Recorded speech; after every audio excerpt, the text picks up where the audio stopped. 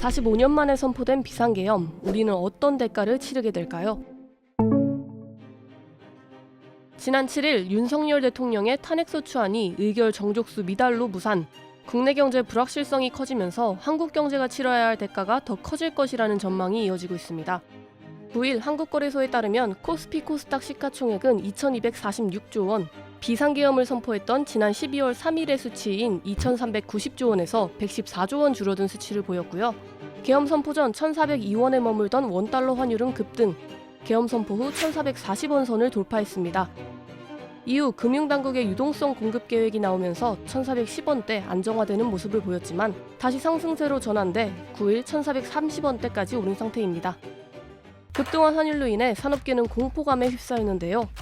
석유화학, 정유, 철강업계는 원유, 철광석 등 원재료를 달러로 사기 때문에 환율이 오르면 수익성이 악화될 수밖에 없고 유류비 비중이 높은 항공업도 환율에 취약한 대표 업종입니다.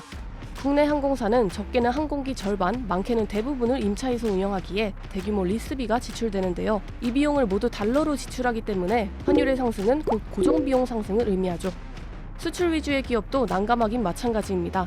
환율이 오르면 상품 가격이 저렴해져 단기적으로는 호재일 수 있지만 중장기적으로 본다면 원자재값 상승, 해외 설비 투자 비용 역시 늘어나 부담이 커지기 때문이죠.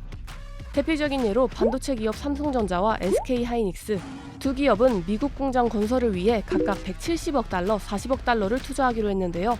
단순 계산 시 달러 원 환율이 10원 오를 때마다 각각 1,700억 원, 400억 원의 추가 비용을 부담해야 합니다. 가벼워지는 건 기업의 금고뿐만이 아닙니다. 원화로 월급을 받아 현지 통화로 바꿔 쓰는 일부 해외 주재원들 통장에 직격탄을 맞을 수밖에 없고요.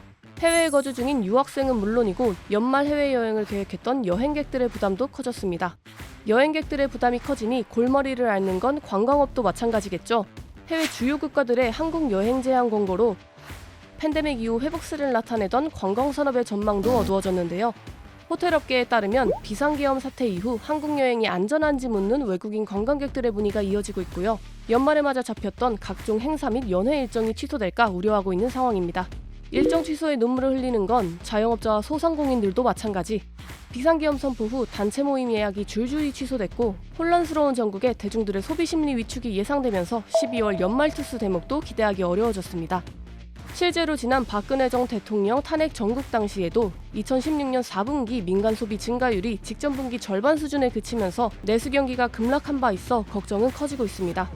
이창용 한국은행 총재는 지난 6일 비상계엄 및 해제로 인해 한국 경제와 금융시장에서 중요한 구조개혁이 지연될 것이라면서도 한국의 국내 정치적 위기가 경제에 끼치는 영향은 제한적일 것이라 선을 그었는데요.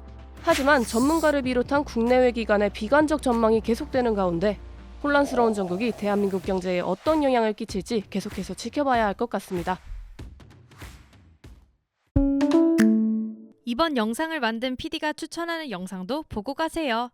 스브스 뉴스의 다른 영상을 즐기시려면 구독 버튼을 꼭 눌러주세요.